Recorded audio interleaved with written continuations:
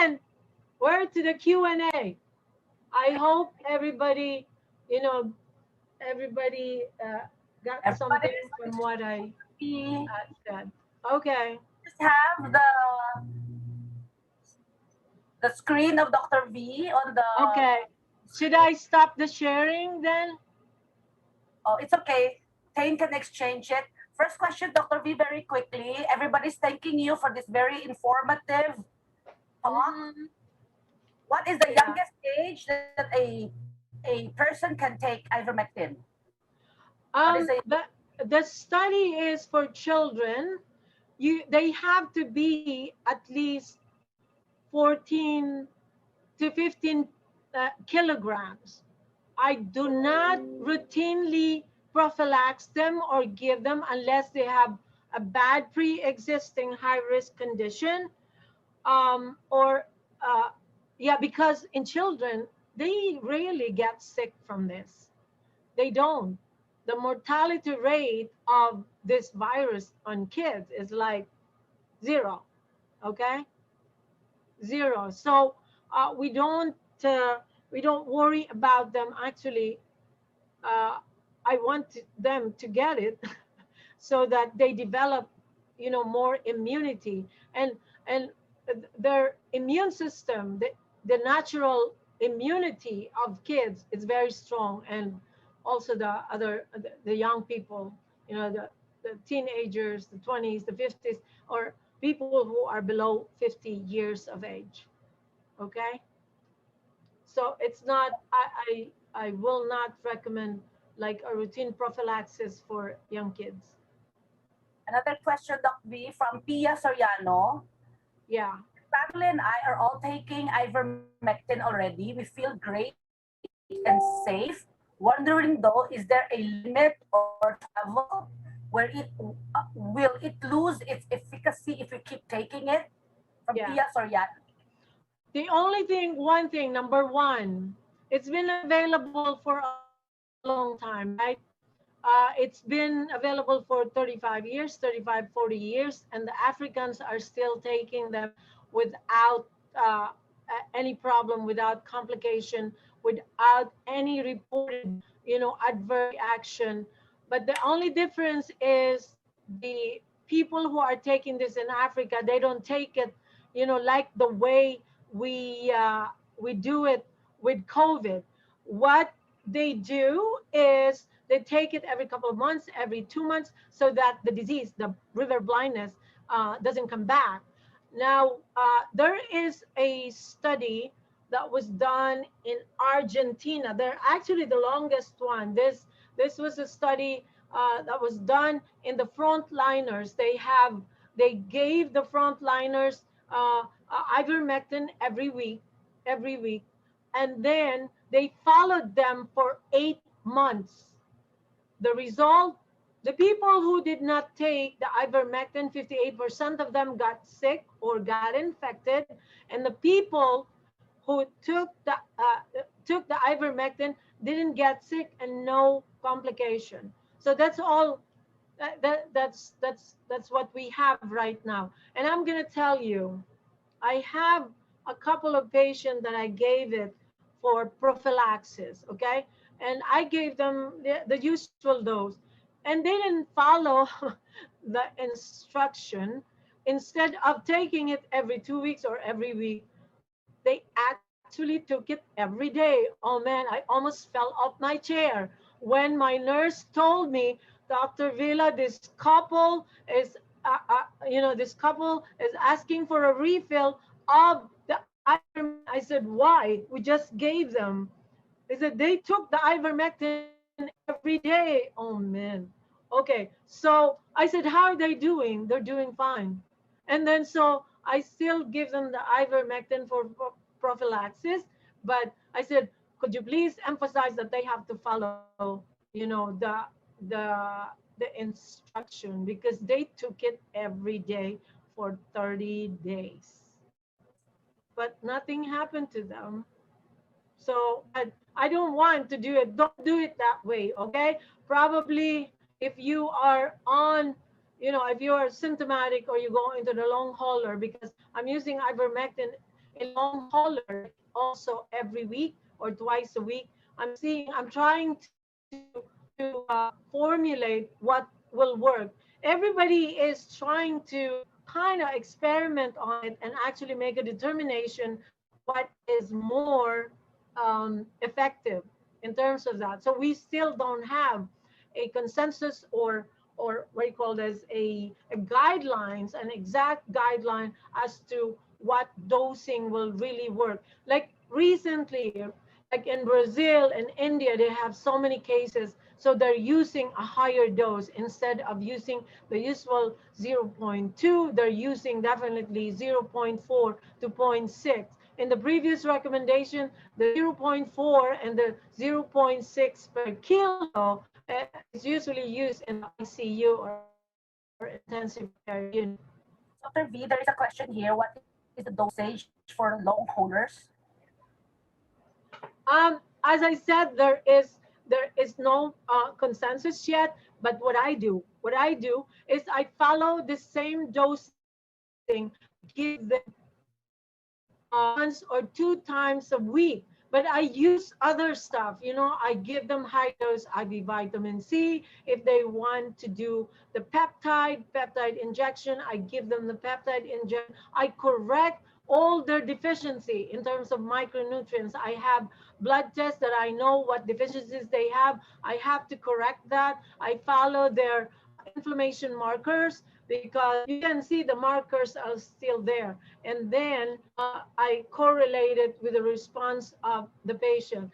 In long hauler, one of the mechanism why they have so much symptom and they feel so tired, because there is the mitochondrial dysfunction is very pronounced. How can I prove that? I can't, but I've seen people before who are very fatigued with the mitochondrial dysfunction, and they have the same symptom. So I treat them as if they have that. Well, they have that. So they have to take more melatonin, some more melatonin. But like the peptides, I don't think it's available in the Philippines, but there are different peptides that are here.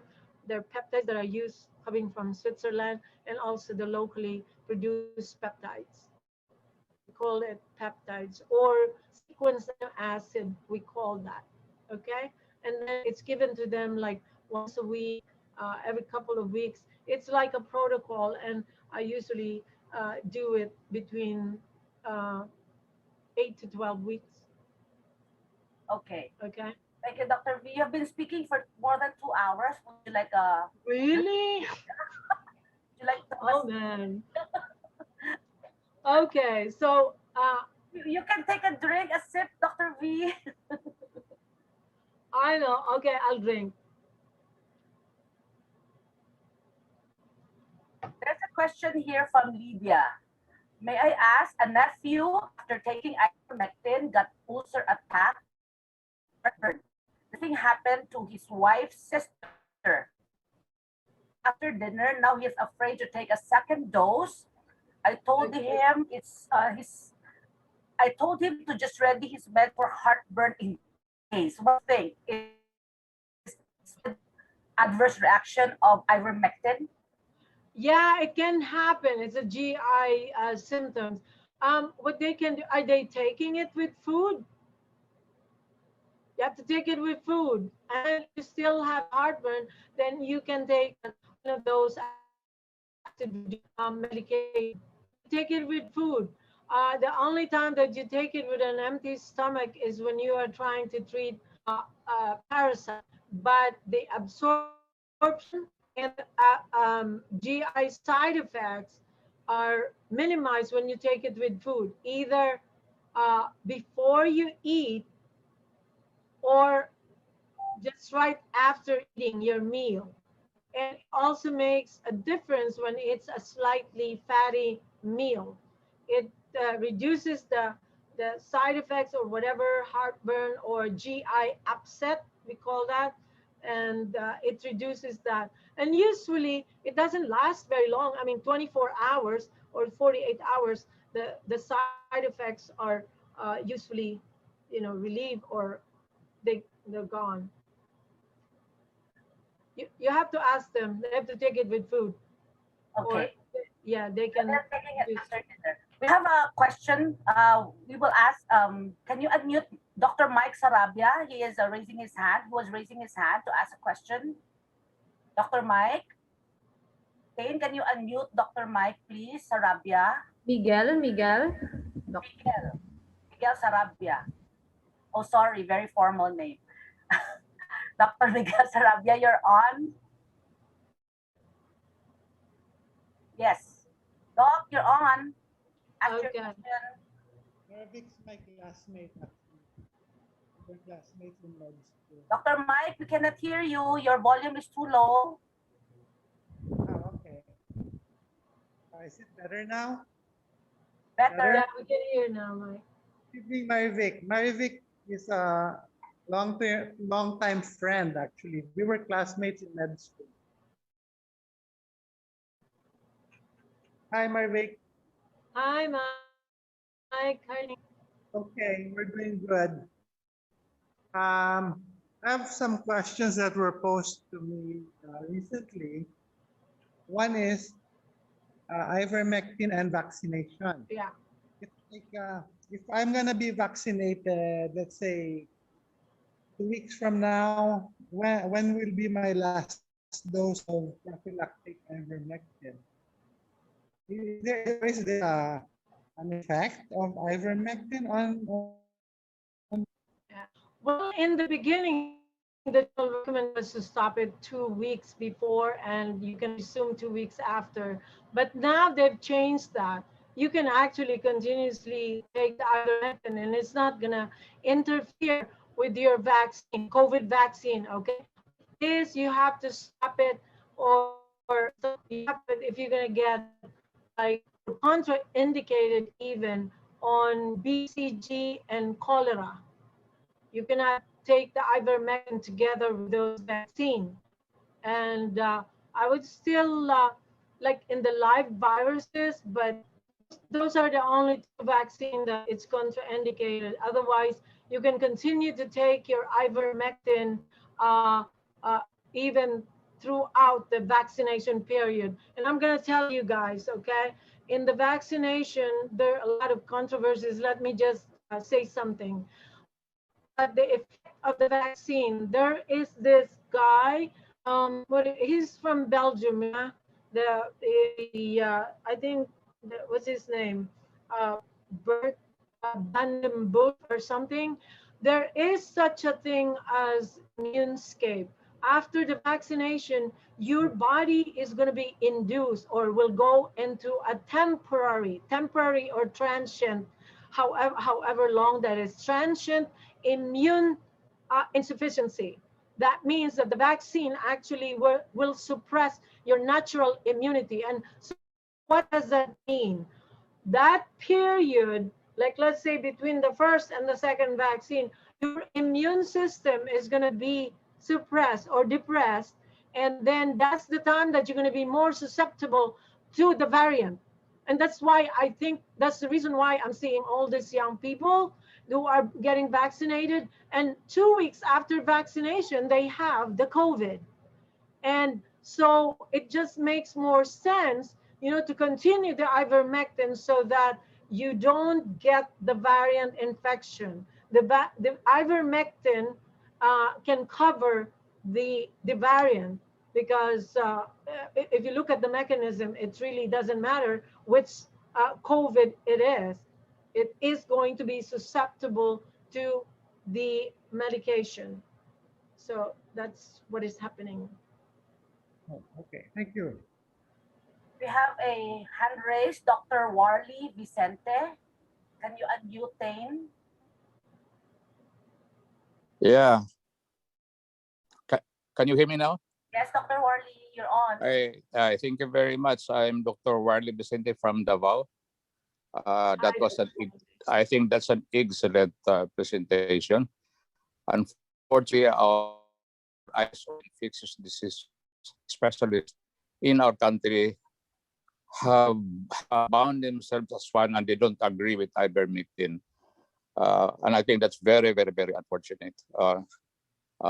Even even the Department of Science and Technology has to be ordered by a politician, by our president, to at least do something about it. But at any rate, my main question is, you as a practitioner, what do you use as a prophylaxis?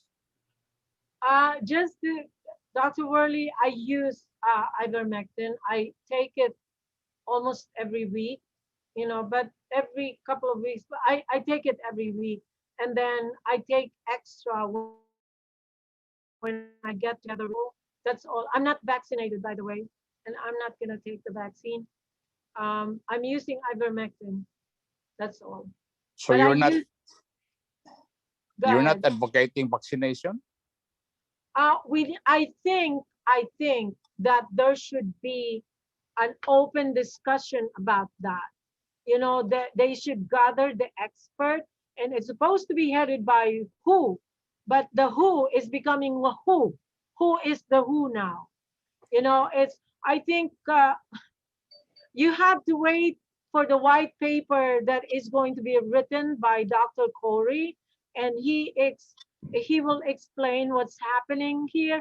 This is beyond medicine, and this is beyond what we know as doctors, because there are different forces moving on this. I mean, the fact that everything about ivermectin is getting suppressed, I mean, it's incredible, and they don't want to accept whatever evidence is available, when in fact there there there are mountains of evidence available, and they're still asking for a massive randomized trials, when we are in this situation in the pandemic, that a lot of people are dying. When you have a medication, even with a slight hint that is going to work, you want to try it to save people. But these authorities are being ridiculous. That's what it is. Even the WHO. I think the WHO is not a scientific organization anymore. It is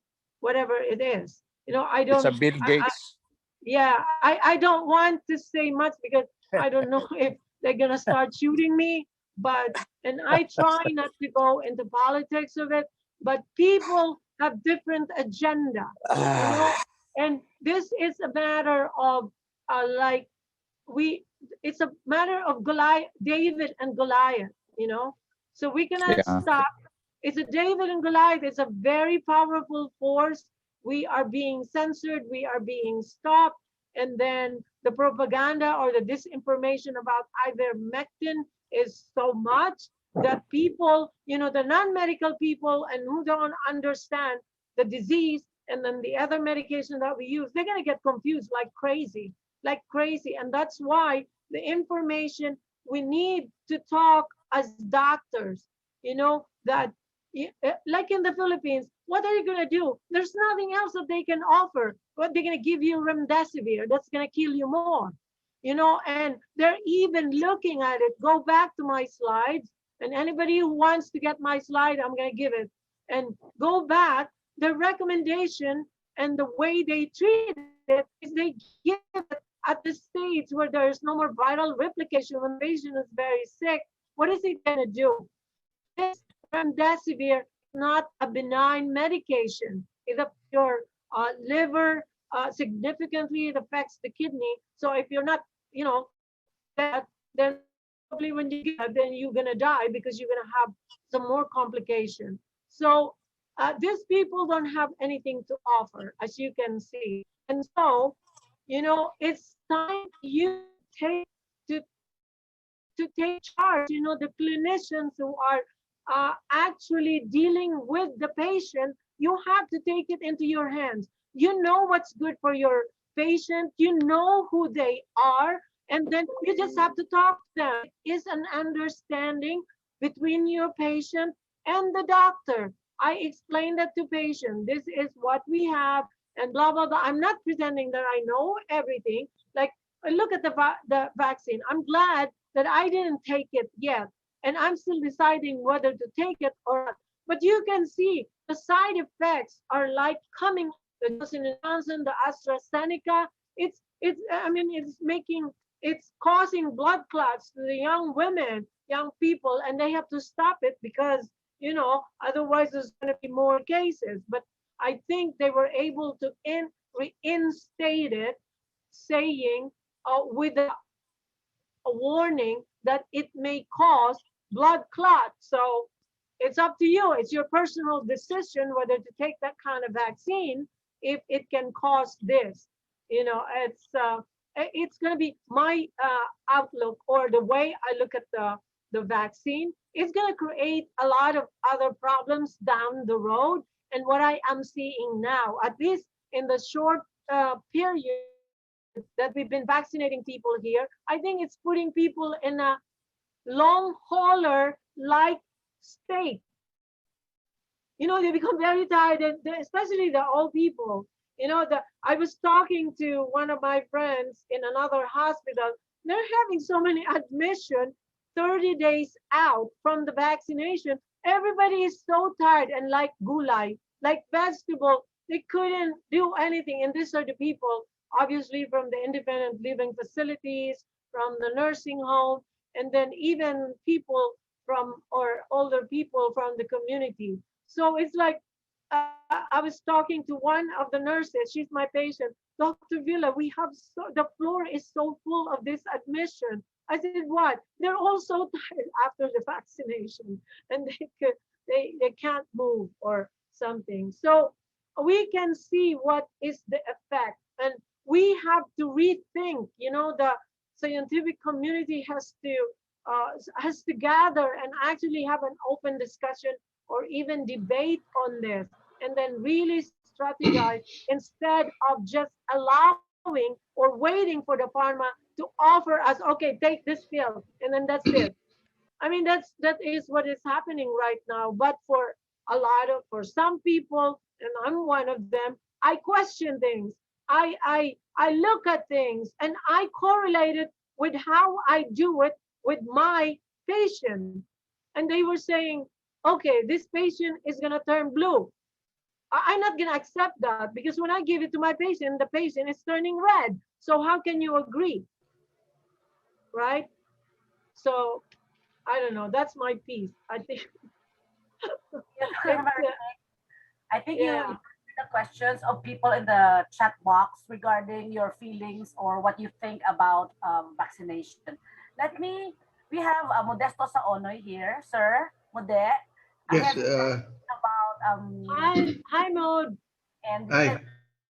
Nice meeting you finally. Nice meeting you. I am just curious because it came out in the Facebook that a Russian study, and this was supposedly declared by the Russian Ministry of Health, that COVID is actually not a virus but a bacteria.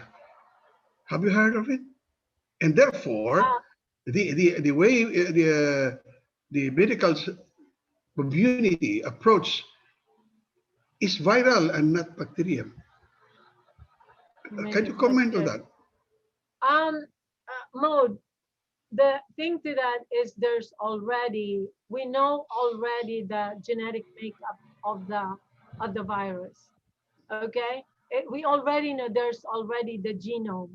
That's even how they got, or they were able to, create the vaccine, because we know the viral genome. We know very well that's what it is, and a lot of experiments are already done. If they are talking about a bacteria, or bacterial infection, usually you get a secondary bacterial infection when the patient gets very sick, and so you have to deal with that, separately. But the COVID is a virus. It's a Okay, virus. Yeah. okay, now that's clear. Now I'd like to ask you you mentioned the way the Philippine government, or at least the Department of Health, is trying to impose its own protocol, which naturally uh, suppress the ivermectin. But there is now a growing public demand, and in fact, a public or an increasing public need for ivermectin. And there are now people looking for ivermectin. And yet the government has at least just approved, I think, 5 hospitals to prescribe it. Can you comment on this move of the Philippine government, or at least the OH? Yeah, my take on that mode is people have different agenda. Okay, we keep on hammering them. Actually, the CDCPH, uh, the organization, I salute them because they are doing a lot. I'm involved in all the included in all their chats in Viber, and then also on Facebook. And then you can see that they are doing a lot. There are also good politicians who are involved in it, and they're doing their best to get this approved. But there is a very obvious, it's already obvious, very obvious, or even I would say blatant effort to suppress the approval or the usage of this ivermectin, because they know how powerful the medication is. And then if you make that as a public a health initiative and everybody takes it, you have to look at the experience of different countries. I think Mexico, you have to look at Mexico, okay, how they have done it really good. You have to look at Mexico and Peru. Obviously India is not doing good right now for some reason. They fell in love with the remdesivir, and only certain regions in India instituted the use of ivermectin. But just imagine if it is really taken as a public health initiative. Dr. Corey says is going to kneecap the vaccination. How many? It's 100 billion industry, 100 billion industry.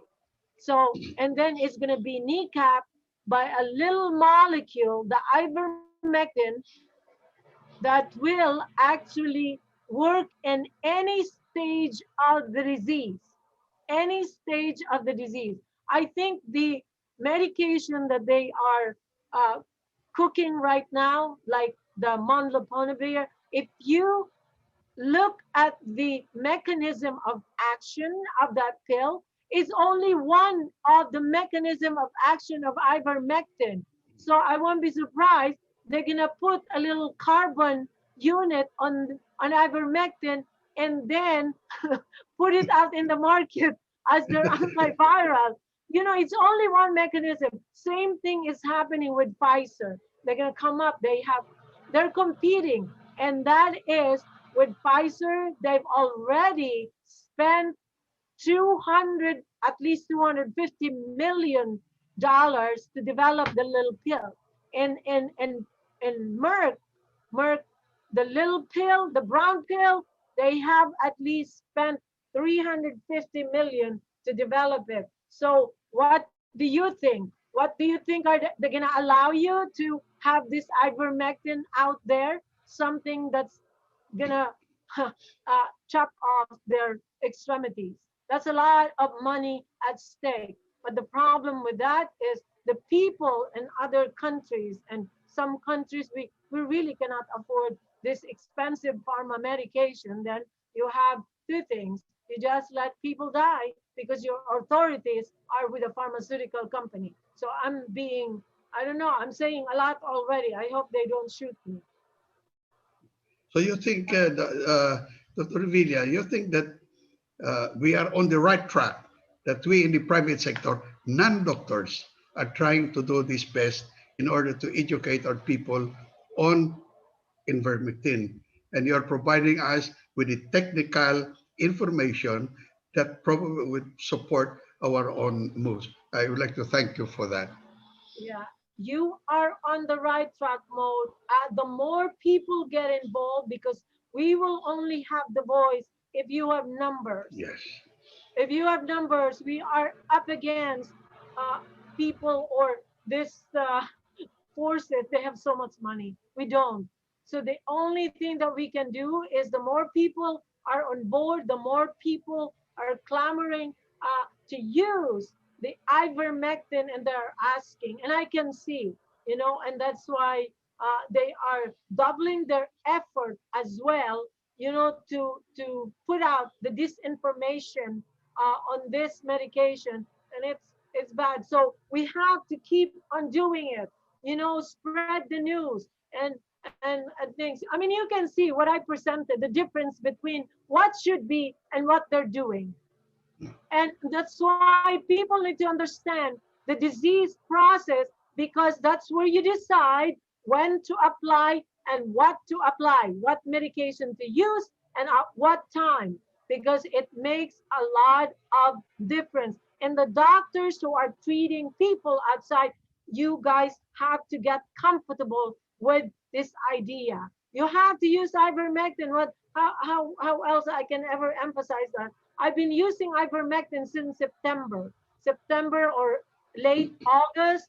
Since then, I don't have hospitalization. I mean, of course, obviously, I also use the monoclonal antibody since January, and with that too, I don't have hospitalization. I don't have sick people. Now, they don't get very sick. I hit them right away, boom, boom, boom, and then they get better. I don't have. I had two people, one person who died since September. He was stage 4 lung cancer, just received a chemo radiation therapy, and then he actually collapsed in front of us because we were doing a televisit on him, and he just clunked out. And he was in the hospital for 4 days, and then he expired.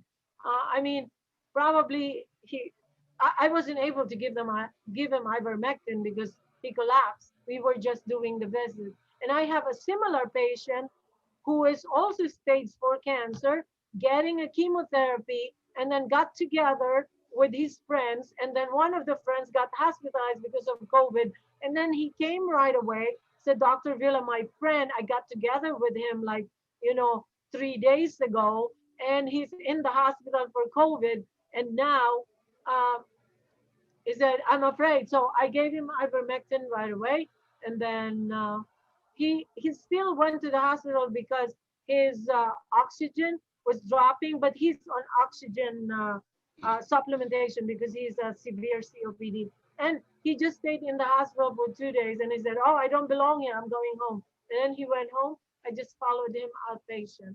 So those were the two contrasting cases. But those are only two. But my thing is, I've been prescribing ivermectin on everybody unless they don't want to take it. And now with the vaccination, I give it to everybody for prophylaxis, and they are accepting it. Even the nurses are coming to me now, the nurses working in the assisted living facility, in the independent living facilities, and then from the hospital. I have a few of them actually. They are asking me to get together with them as well, and inform them about the ivermectin. So the only Yeah. thing that we can do is a mass movement. Yep. Okay, thank you. Thank you. It's Mode in the US. It's Mode in the Philippines. Thank you, Sir Mode. Thank you. Thank you. Thank you, sir. There's a question here from Pia. My friend is asking about the half-life. I think this is a propaganda that is to discredit ivermectin, but let's just clarify it anyway. They say that the half-life is 18 hours only, so it isn't effective after 18 hours. Is this true, Dr. Marivic? Yeah, the half life of 18 hours, 18 to 24 hours is a fact. And then that's why uh, now for prophylaxis, instead of 2 weeks, we're telling everybody to make it, once a week. And since there is no guidelines, the doctors, you guys can modify that. Don't be afraid. Don't be afraid. Develop your level of comfort in any dose. It's very safe drug. It doesn't have major complication. It becomes, if you compare the complications and the side effects that you get from remdesivir, the ivermectin becomes very, very tiny. That remdesivir have already killed a lot of of people, I think, during the trial.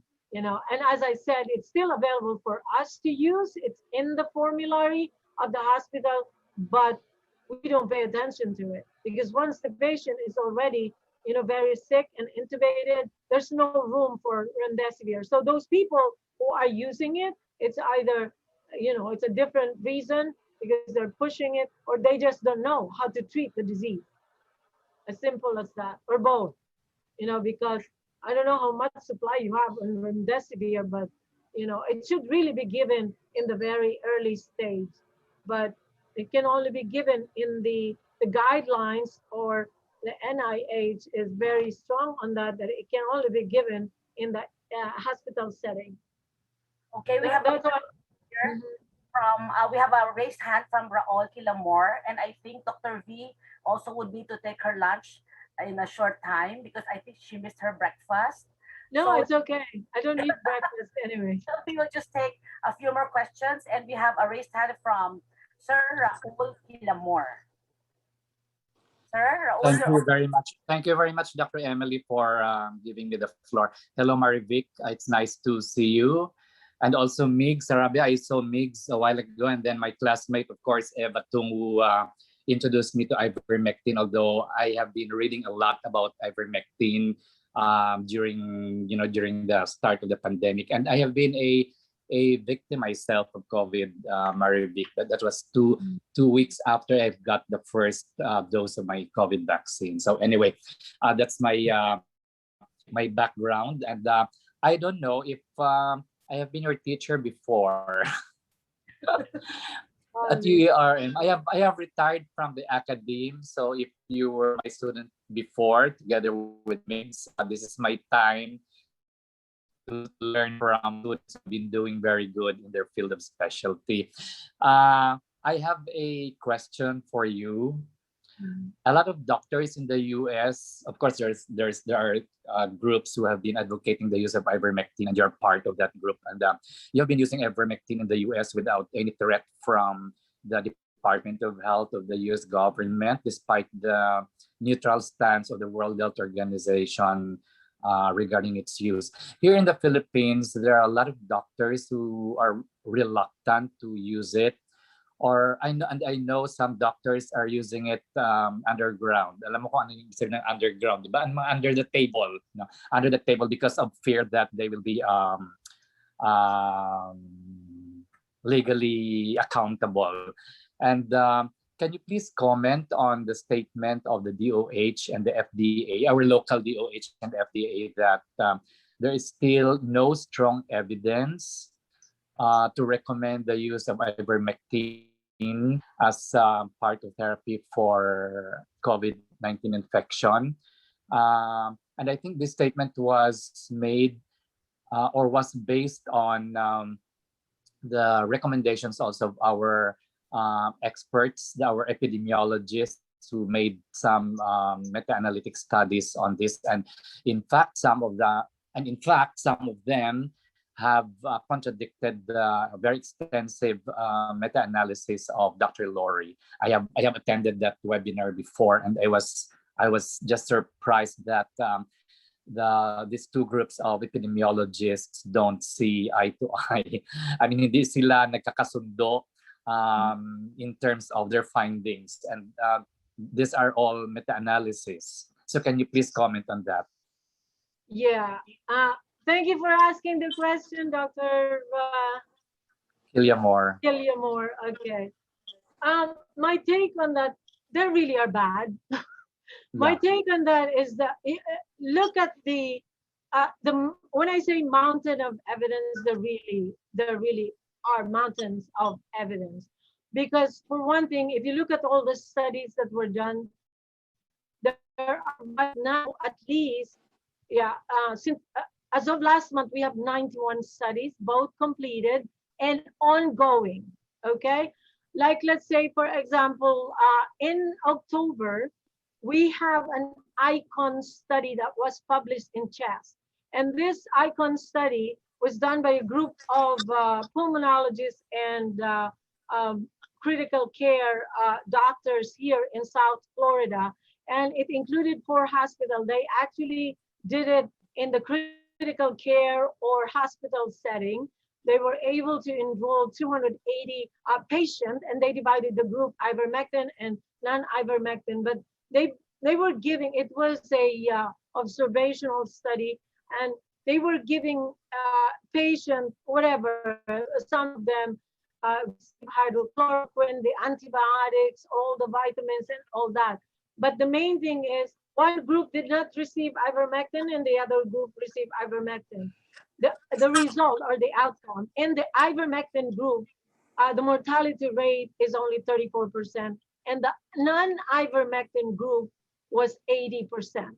Okay, so I haven't. I was trying to get in touch with the head of the study, Dr. Rader. He is a pulmonologist, but I just emailed him recently because I'd like to invite him to speak to us through the CDC what's going on, but he hasn't answered. But it's not unusual for him. Last time I emailed him, it took him 3 weeks to answer, and I called his office. So with that, it's a very big. I mean, this medication reduces mortality rate, but that's why uh, they have they are having another study, but I don't know the name. There are 4 studies going on here in America, and we don't have the result yet. And then overall in the world, we have at least 24 randomized control studies. The problem is these people, they are not thinking about the situation of the pandemic. There's so many people dying. And even if this is not the randomized control study that they are asking for, the randomized trials that they are asking for can only be afforded by pharmaceutical companies, by big universities. And then they are on the other side. They don't want ivermectin to come out. You see, so it's like a conflict. And, just think about the situation that we have. It's a pandemic, and you don't need a very big randomized study for us to make a decision that this is actually effective and making a difference. So if they don't accept the evidence, the mountains of evidence, is because 2 things: they don't want to accept it, they don't want to see it, and they're not reading. I mean, how many what do you call this meta-analysis uh, do we have available? Obviously, the most famous that we've been discussing is the bird, which is the British ivermectin uh, development report or something. British. Yeah, British, the UK British. one. And Yeah. then the FLCC, all our experts, headed by Dr. Marivic, Corey, Baron, and then the other one, Hill. Hill is from England as well. They did a meta-analysis and they have that available, but they rejected it. They don't want it. They rejected it. They don't want it published. But then Dr. Corey did something and actually just came out. I think it came out already. It's published, the meta-analysis was published in American Journal of Therapeutics. So people or authorities from different countries, they would only consider, and who as well, the WHO, they would consider a meta-analysis only if it's published. The bird was rejected last minute. Go figure why. And Why? then there's also, yeah, why? And then there's also the Italian group. They're also critical care. They're experts, and they belong to I think the largest research or hospital in Italy. They also did a meta-analysis, and the recommendation is we can use it for treatment and prophylaxis. And then there's another one. It's not very big, but I think in Turkey. But at least there are 5 major Mhm. meta-analysis available, but they don't want to accept for whatever reason, because I think it's really a different agenda. I mean, what are we gonna Well, do? yeah, I David mean, and Goliath. the point that I was trying to bring out is that do we really need a randomized controlled trial, a published peer-reviewed randomized controlled trial during the times of the pandemic? We I don't don't need think that. we have time to do that. Yes. Yeah, yeah. So We that's don't need the it point, anymore. It's unethical to do that when there are so many things out there already. And then there are other stuff also ongoing. You can use that. And if you start using, what have you got to lose? This medication is effective, is safe, and very cheap. Very cheap. Anybody can actually manufacture it because the Merck, the original pharmaceutical company that started producing it like 35 years ago. They don't have patents anymore. Nobody has a patent to it. So that's the thing. There's no money to be made. There's no money to be had. It is out there. It's very inexpensive, which in a lot of countries who cannot afford to have so many vaccines, every time, every 6 months, you're going to take vaccine. Pfizer and Moderna are already cooking up the booster, which is going to be out in 6 months. So they're putting it out there already. So everybody is going to get vaccinated again. And, that's really another whole issue there. So I don't think we need another randomized trial. I think it just needs to be implemented and see. You really have to look at these different countries: Mexico, Peru, Slovakia. Slovakia already as call this accepted already as a COVID.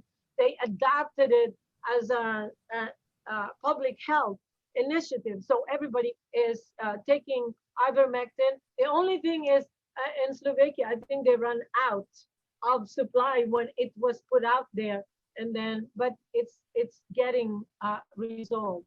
And That's the Peru thing. has, I think Peru has a kit that they give out to the Yeah. to the citizen that includes ivermectin already.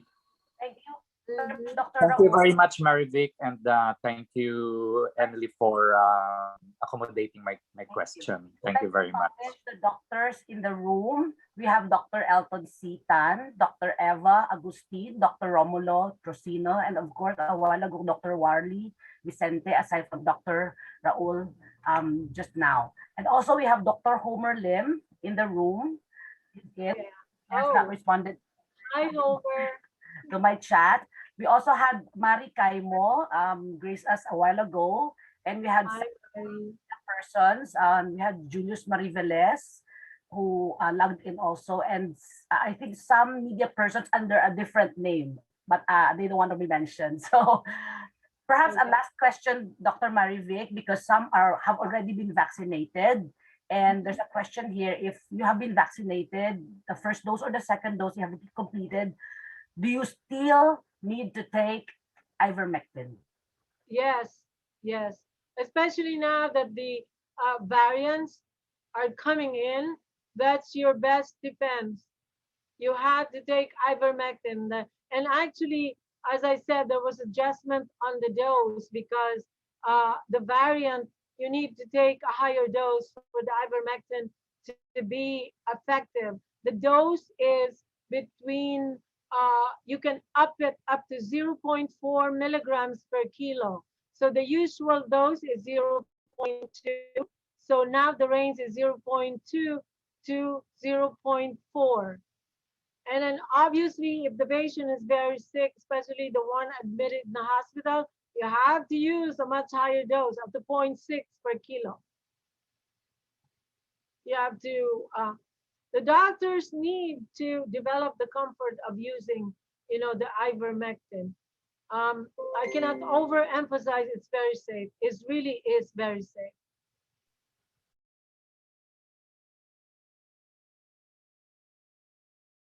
This talk was came out, and so what we really need to do is to pray for our country, because it's a tough battle.